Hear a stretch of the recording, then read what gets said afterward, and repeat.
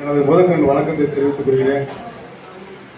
எத்தனையோ சங்கங்கள் தமிழ்நாட்டில் இருந்தாலும் முதுகுளத்தூர் வட்டாரத்திற்கு என்று ஒரு தனித்த சிறப்பு இருக்கிறது. ஏனால் இந்த பகுதியில் கடுமையாக வீரம் துரிந்த மக்கள்கள் எதிரிகளை மிக தெளிவாக களமாடி வந்து கொண்டிருக்கிறவர்கள். ஆகையால் இந்த சங்கத்தினுடைய புதிய பொறுப்பாளர்கள் அதை மனதில் வைத்துக் கொண்டு சிறப்பாக செயல்பட வேண்டும். முதலில் ஒரு சங்கத்தினுடைய பொறுப்பாளர்களை அந்தந்த ஊரை சார்ந்தவர்கள் அவர்களுக்கு உறுதுணையாக இருக்க வேண்டும். அதுதான் முக்கியம். நாங்கள்லாம் 90ல் களத்தில் நின்றவங்க 36 ஆண்டுகள் ஆயிடுச்சு. என்னோட பயணித்ததில் ஒரே ஒருத்தர் இருக்கிறாரு, அந்த ராஜ்குமார் இல்லை, தளபதி ராஜ்குமார். 90கள் ஆரம்பித்தோம். 94ல் அண்ணன் பசுதி அண்ணன், நான் அண்ணன் ராஜ்குமார் அண்ணன், வடிவல் ராவ் அண்ணன், இருப்பர குணசேகரன் இவெல்லாம் இருந்து இந்த சமூகத்தினுடைய வளர்ச்சிக்காக பல திட்டங்களை தீட்டிருந்தோம். தொடர்ச்சியாக களமாடினோம்.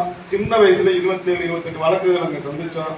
இந்த சமூகத்துக்காக எங்களை எவ்வளவோ அர்ப்பணிச்சோம். ஆனால் எங்களை போன்ற போராளிகளை இந்த சமூகம் காக்க மறந்து விட்டது. அவ்வளவுதான். எவ்வளவோ நீங்க பாத்தீங்கன்னா 90ல இருந்து 2001 வரை வீரியமாக செயல்பட்டோம். கடுமையான எதிர்க்கு எதிராக கடுமையா இருந்திருக்கோம். ஆனா அதுக்கப்புறம் வீரியம் கொஞ்சம் குறைஞ்சிச்சு. அது காரணம் போராளிகளை நீங்கள் காக்க தவறிவிட்டீர்கள், அதனால் வீழ்ச்சி அடைந்திருக்கிறது. அதான் ஒவ்வொரு சங்கத்தினுடைய உறுப்பினராக இருந்தாலும் சரி, போராளிகளாக இருந்தாலும் சரி, இந்த மண்ணுக்காகவும் இந்த சமூகத்துக்காகவும் போராடியவர்களை நீங்கள் உறுதுணையாக காப்பீர்கள் என்றால் கண்டிப்பாக 100 மடங்கு இந்த சமூகத்தை யாராலும் வெல்ல முடியாது.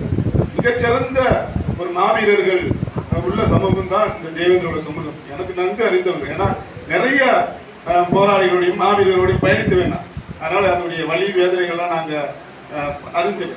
90ல் 94ல அண்ணன் பசுதேன சிறையில், நாங்களும் மதுரை சிறையில் தான் இருந்தோம். அண்ணன் ராஜ்குமார் அண்ணன் நாங்கள் எல்லாரும் இந்த 8ஆம் நம்பர் பிளாக்ல உட்காந்துக்கிட்டு இந்த சமூகத்தினுடைய வளர்ச்சிக்காக எத்தனையோ நாங்கள் திட்டங்களை வடிவமைச்சிருப்போம். ஆனால் அதெல்லாம் பொய்த்து போச்சு. அதுக்கு காரணம் நாங்கள் இல்லை, அந்த சமூகம் தான். இந்த சமூகம் அவங்களை காப்பாற்றிருந்தால், கட்டுக்கோப்பாக வைத்திருந்தால் இதுக்கு வீழ்ச்சி அடைந்திருக்காது. ஆகையால் இந்த சமூகம் எங்களை போன்ற இங்க உள்ள எத்தனையோ பேர் தலைவர்களாக உட்காருங்க, அண்ணன் ராமராஜ் என்ன உட்காந்துக்கிறாங்க, எத்தனையோ பேர் எல்லாரும் பெருவாடி பங்களிப்பு நிறைய இருக்குதுல்ல. அவங்களுடைய வழிகள் அவங்களுக்கு தான் தெரியும். மேம்போக்கா நீங்க பாப்பீங்க அவங்களுக்கு எவ்வளவு பெரிய சிக்கல்கள், சிரமங்கள், காவல்துறையால் உளவுத்துறையால் எவ்வளவு நெருக்கடிகளோட வாழ்வார்கள் என்பது நாங்களாம் நன்கு அறிந்தவர்கள். ஆகையால் போராளிகளையும் தலைவர்களையும் நீங்கள் பேணி காக்க வேண்டும். இந்த சங்கத்துடைய வளர்ச்சி மென்மேலும் வளர்ச்சி அடையணும்.